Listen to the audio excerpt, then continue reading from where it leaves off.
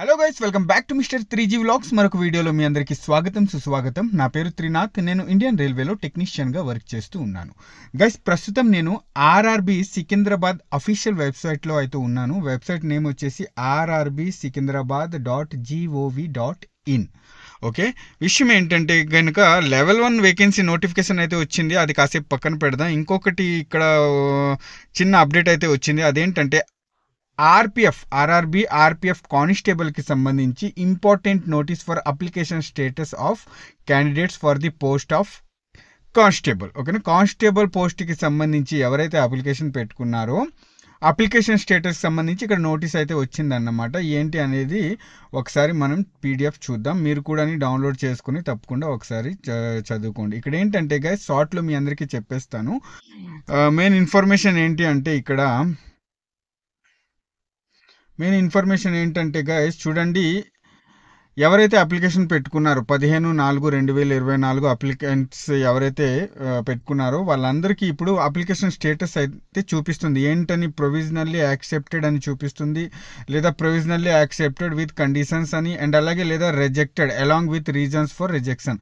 ఒకవేళ మీ application accept అయితే కనుక ప్రొవిజనల్లీ యాక్సెప్టెడ్ అని చూపిస్తుంది. అండ్ అలాగే ప్రొవిజనల్లీ యాక్సెప్టెడ్ విత్ కండిషన్స్, కొన్ని కండిషన్స్ వల్ల మీది యాక్సెప్ట్ చేసింది. అండ్ అలాగే రిజెక్ట్, కొన్ని కారణాల వల్ల కారణాల వల్ల రిజెక్ట్ అయింది అనేది కూడా మీకు చూపిస్తుంది అన్నమాట. ఓకేనా, ఇక్కడ ఏంటంటే గైస్ చూడండి, మీకు ఎస్ఎంఎస్, కొంతమందికి ఎస్ఎంఎస్ కూడా వస్తుంది, అలాగే ఈమెయిల్ కూడా వస్తుంది అన్నమాట.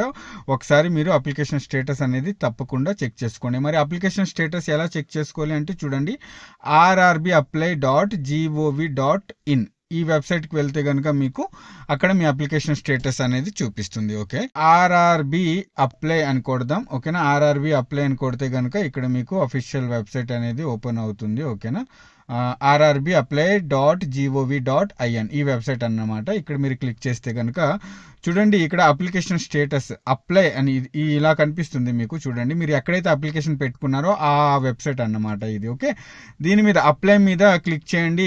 ఆల్రెడీ హ్యావ్ ఎన్ అకౌంట్ కదా, మీరు ఆల్రెడీ అప్లికేషన్ పెట్టుకున్నారు కాబట్టి ఆల్రెడీ హ్యావ్ ఎన్ క్లిక్ చేసిన తర్వాత ఇక్కడ మీకు sign in into your account, ఇక్కడ మీ మొబైల్ నెంబర్ ఇవ్వండి. ఓకేనా, ఒక్క నిమిషం.